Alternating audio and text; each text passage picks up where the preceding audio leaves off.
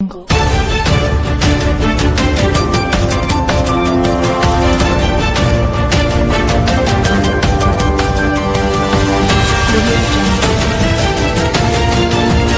பார்த்துக் கொண்டிருப்பது புரட்சி நியூஸ் நேரலை செய்திகள்.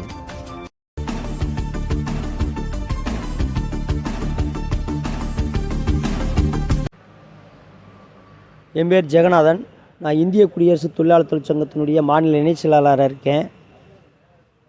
இப்போ திண்டுக்கல் மாவட்டம் அம்மையநாயக்கனூர் பேரூராட்சிக்கு துப்புரவு பணியாளர்கள் சங்கத்தில் இணையணும், எங்களுக்கு இங்கே பிரச்சனைகள் இருக்குது அப்படின்னு சொன்னது காரணத்துக்காக இங்கே வருகை புரிந்து அந்த பணியாளர்களை சந்தித்து அவங்களுடைய பேச்சுவார்த்தை நடத்தும் போது அவங்களுக்கு முறையாக செருப்பு, அதாவது அரசு ஒவ்வொரு ஆண்டும் கொடுக்கக்கூடிய சீருடைகள் வழங்கும்போது, தீபாவளிக்கு கொடுக்கக்கூடிய சீருடை வழங்கும்போது காலணி வழங்கலை அப்படின்னு தெரிய வருது.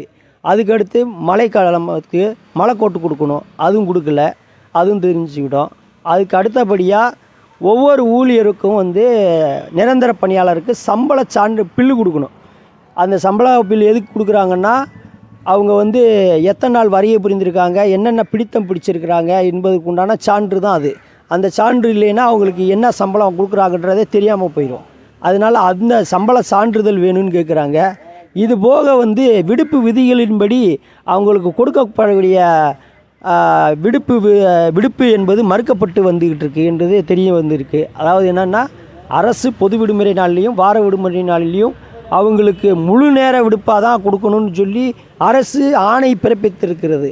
ஆனால் இங்கே என்னன்னா, அரை நாள் தான் உங்களுக்கு, நீங்கள் அரை நாள் தான், அது ஞாயிற்றுக்கிழமை அரை நாளும் புதன்கிழமை அரை நாளும் என்பது வார விடுமுறையாக கொடுக்குறாங்க.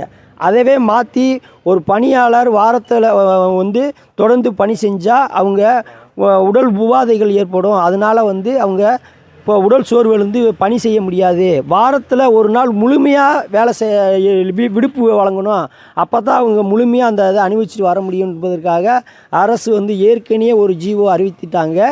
அந்த அரசாணைய புரட்சி நியூஸ் செய்திகளுக்காக ஆசிரியர் புரட்சிதாசன். தினசரி நேரலை செய்திகளை உடனுக்குடன் தெரிந்து கொள்ள புரட்சி நியூஸ் செய்திகள் சேனலை சப்ஸ்கிரைப் செய்யவும்.